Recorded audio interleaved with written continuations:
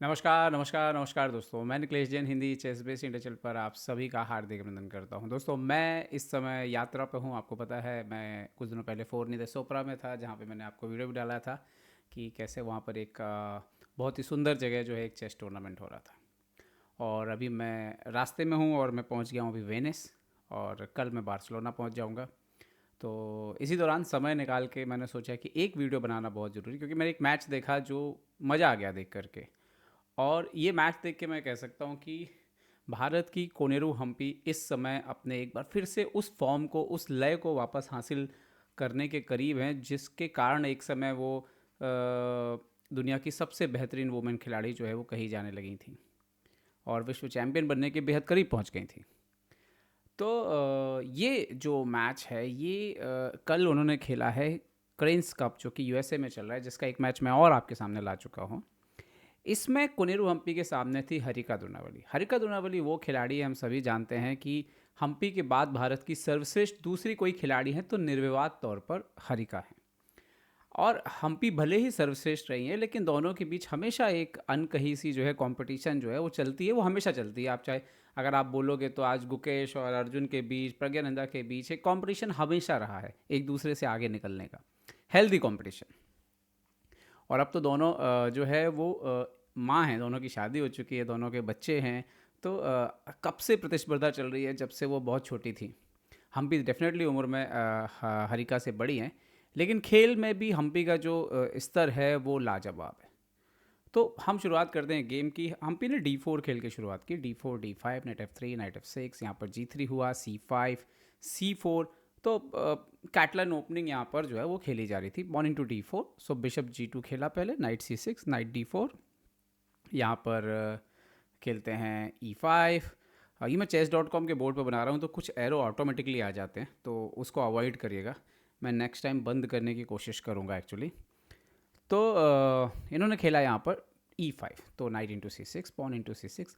एक थोड़ा अजीब सा स्ट्रक्चर है, जिसमें आप देखो, अगर आपको जैसे जब ब्लैक ग्रोनफील्ड खेलता है ब्लैक से, कुछ इस तरह का स्ट्रक्चर वाइट जो है वो लेने की कोशिश करता है। पर यहाँ पर वाइट ही उसी तरह का स्ट्रक्चर ले रहा है और वाइट के पास ही जो है वो बिशप है। तो यहाँ पर देखिए मूव आती है नाइट C3, बिशप यहाँ पर E6, बिशप G5, बिशप आया B4, कासल कर लिया वाइट ने। अब यहाँ पर बिशप इंटू C3 इन्होंने मार दिया और स्ट्रक्चर खराब करने की कोशिश की। खेल की शुरुआती हुई थी ये कुछ आपकी 11वीं चाल के आसपास है। यहाँ पर हरिका ने कैसल किया और इसके बाद हम्पी ने खेला bishop into F6, queen into F6, pawn into D5। अब इधर पे जो बेस्ट मूव है, यहाँ पर आते आते ऑलरेडी हम्पी का प्रिपरेशन बहुत अच्छा था, और हरिका ने यहाँ पे आने के बाद जो है ऑलरेडी यहाँ पे आते आते 47 मिनट था, और जब हरिका ने रिप्लाई दिया 44 मिनट थे दोनों के पास। टाइम में जो है वो 40 मिनट का अंतर करीब करीब पैदा हो गया था। यहाँ पे सही चाल थी कि आप बिशप से मारिए, ये ज़्यादा जो है वो उपयुक्त चाल थी, इससे मारिए। और अगर वाइट ऐसा कुछ खेलता है तो वाइट का खुद का बिशप बंद हो रहा है, और वाइट अगर एक्सचेंज करता है, सॉरी, इस पोजीशन में वाइट आपको एक्सचेंज करता है, मारता है यहाँ पर, तो C into D5। और अगर क्वीन इंटू D5 आता है तो रुक A D8 के बाद पोजीशन जो है ठीक है। यहाँ पर आप देख सकते हो कि एक पॉन अप है वाइट, लेकिन ब्लैक के पीसेज जो है वो थोड़ा सा एक्टिव यहाँ पे आपको दिखेंगे। मैच में क्या हुआ कि मैच में हम वापस आ जाएं तो यहाँ पर इन्होंने मारा पॉन इंटू D5, और इसके बाद इमीडिएटली C4 आता है। ये ऑलरेडी वाइट के लिए बेटर पोजीशन हो गया था।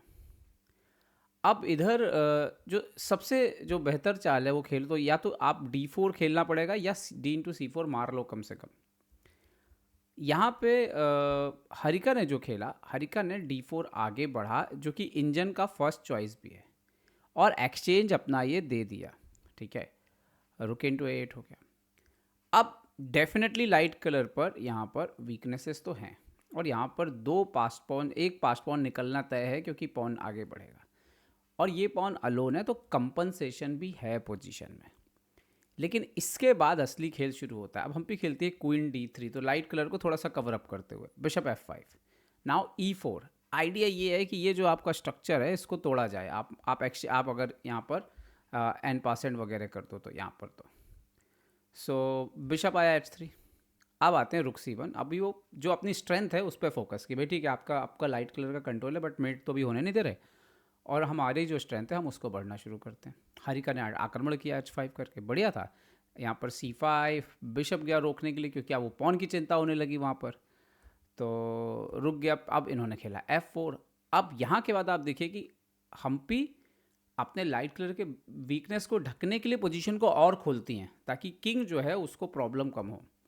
बिशप C6, तो नाउ रुक आ गया F1, रुक C8, तो यहाँ पर रुक D1, तो पूरा होल्ड करने की कोशिश कर रही थी। यहाँ पर खेला इन्होंने किंग क्वीन E7 पीछे, यहाँ पर H4 ज़्यादा बेटर होता, और पोजीशन एक्चुअली में ब्लैक के लिए इतनी ख़राब नहीं है अभी भी क्योंकि वो लाइट कलर का जो किंग के आसपास वीकनेस है उसकी वजह से।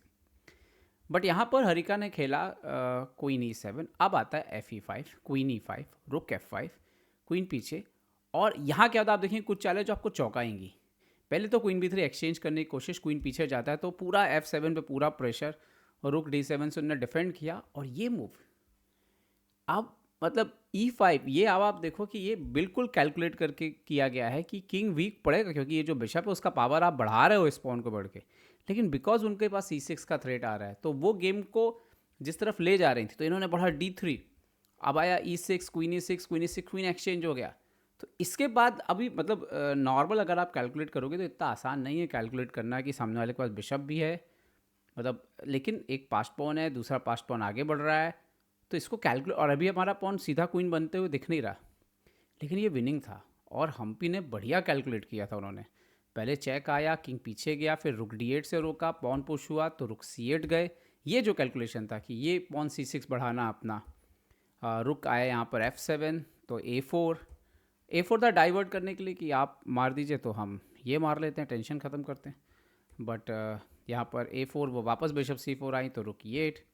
अब बोला कि एक पॉन मारते हैं, और दो पॉन मारे, मतलब एक दिया दो पॉन मारे, और ये इसके बाद से पूरा जो प्रेशर था वो रिलीज़ हो गया।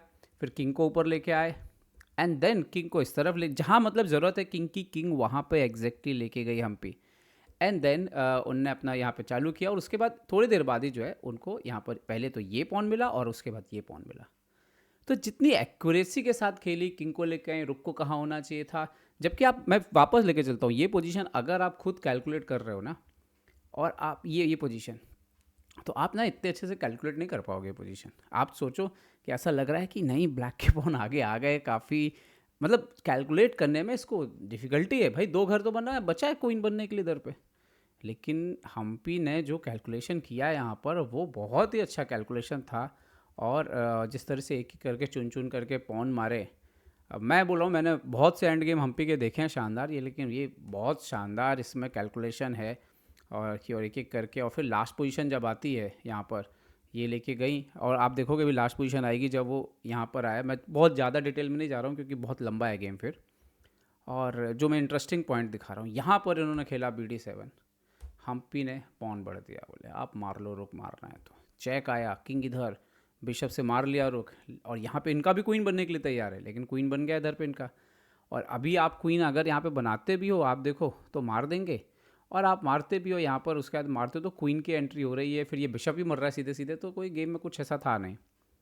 तो उन्होंने बिशप G4 मारा, और फिर हम्पी धीरे धीरे अपने क्वीन को पास लेके आई यहाँ पे, और ये पोजीशन आई जहाँ पर फाइनली जो है रिज़ाइन कर दिया हरिका द्रोणावली ने।